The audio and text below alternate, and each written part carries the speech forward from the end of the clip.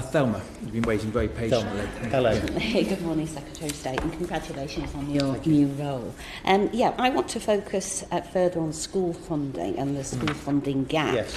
and the pressure particularly on head teachers and schools.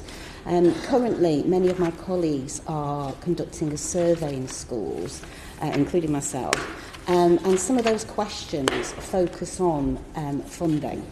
I've also spoken to many head teachers in my own constituency of Combe Valley and asked them what their key worries or concerns or pressures are. And number one, for every single head teacher I've spoken to, has been a concern about budget cuts. And if we look at the Institute for Fiscal Studies report, they say there's a real terms cut of 4.6% to school budgets. The Association of Directors of Children's Services, a 2 billion funding shortfall. The pressures and the choices that head teachers have to make at the moment are leading, we suspect, to some heads actually using some pupil premium funds to stop that gap because they're under so much pressure. Now, I speak as a former head teacher, so obviously lots of empathy there with them. But, you know, could you say that you will be making a strong case for closing the funding gap for schools in any future spending review? Well, Thelma, look, I recognise the point about cost pressures that the IFS make, in particular between 2015 and 2017. In particular, there were cost pressures added to the baseline. I mean, we are now over the next couple of years, 2 financial years, holding per pupil real terms funding constant. So the total core schools budget will be going up from just under £41 billion to £43.5 billion.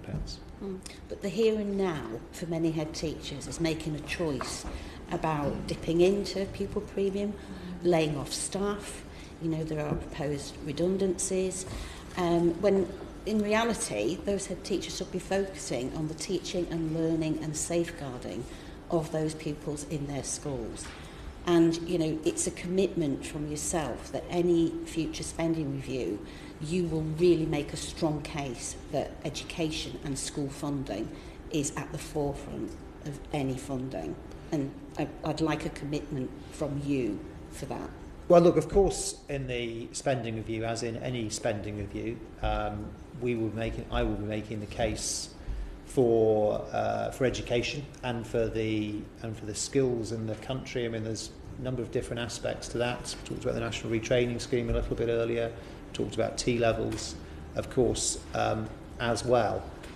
As I say, look, I recognise what you say about cost pressures. I think also there are things that we can do to try and help schools bear down on some of the cost pressures they've